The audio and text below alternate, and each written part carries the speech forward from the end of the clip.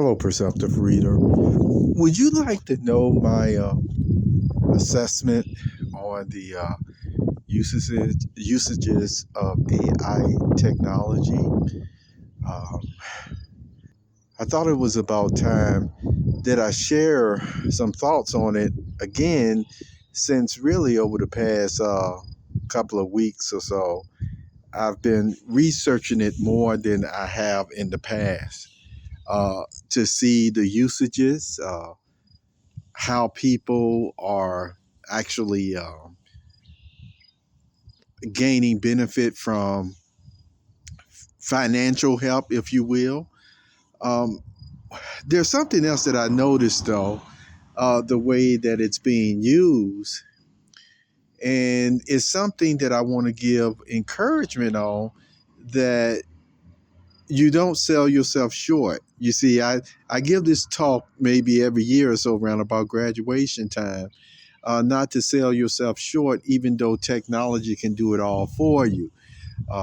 They have aspects now of the AI technology that I'm telling you, you don't really have to use your brain at all if you don't want to.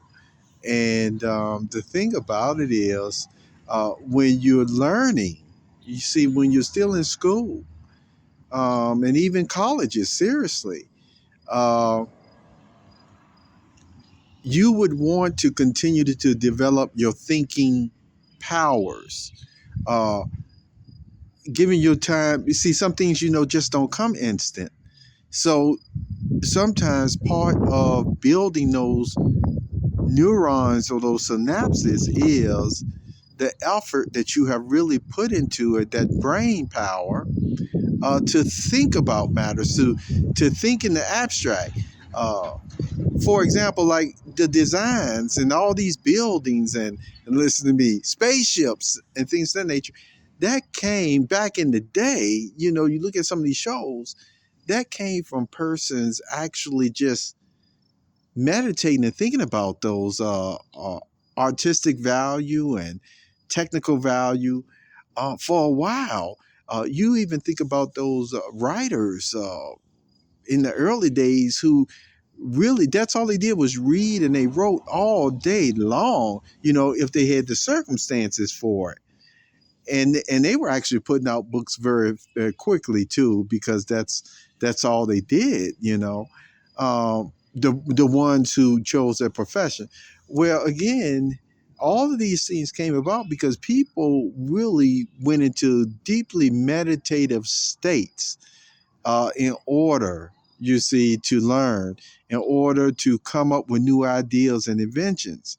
And so today with AI, even when it comes to programming, you don't even have to know how to program at all.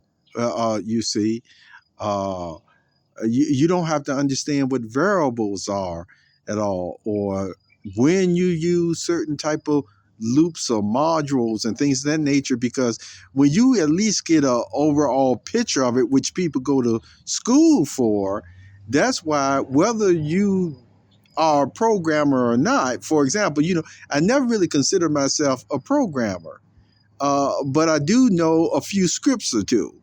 And so just with that knowledge in itself, it helps me to still understand the language that is being used at times. Now, see, that's why I'm getting ready to get into the AI.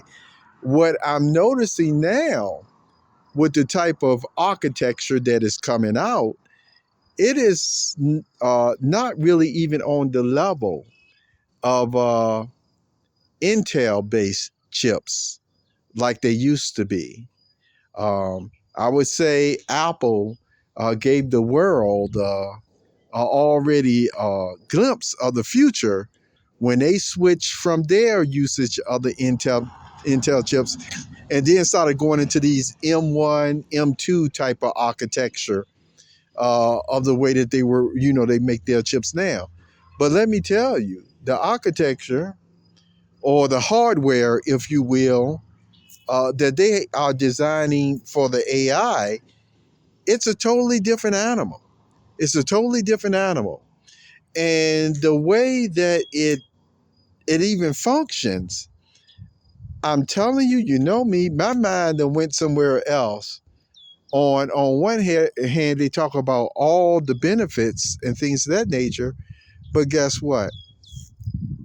You know me, I still start going into the security area of matters as well.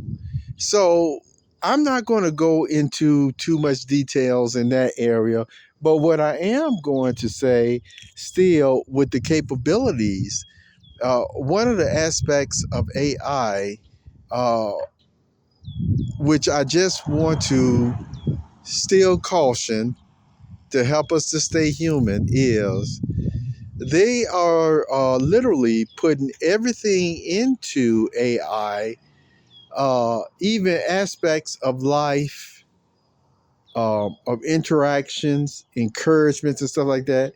These are actually the types of emotional support, yeah, emotional support that humans are supposed to give to one another. And so it made me think about that today, because a lot of persons have become a really situations, circumstances where no, it's like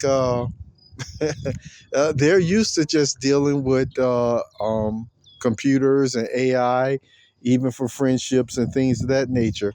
Uh, Sometimes I'm just saying, it's just because of the different groups. Remember, we talked about either you maybe have one of those extroverted personalities or what have you, and then when you don't, you just don't, and you're just not always flavorful for everybody, or large numbers of people who do really engage in that huge group dynamic. But to encourage you to continue to not only think, but to develop your mind. There's two things that I am going to show here in a few minutes on my website, that it may seem humorous for one of them. If you watch the whole thing, but if you can't see right now, the truth is in the parable or story. I think you will be, the more you really look at, hey, yourself personally. You see, look at yourself personally, that, hey, no matter what, let me make sure I continue to stimulate my mind for as long as, my mind is active. The more you stimulate your mind, apparently that actually wards off even some of those diseases that can hit persons in later years in life, because they've been using their mind constantly. You see what I'm saying? And that's one of the things that I'm encouraging you, no matter what capabilities the technology has, there are some aspects of life and learning that you should keep. Uh, you should want to study and meditate and on these items to really learn the whole concept, and so that you won't take one class, going into this class you know nothing about this at all subject, and then because of all the technology and the way that you use AI, you really did leave out the class and you still don't know anything about it. I just thought I'd mention that. So I wanted to share that with you today, and you take care of yourself. Bye bye.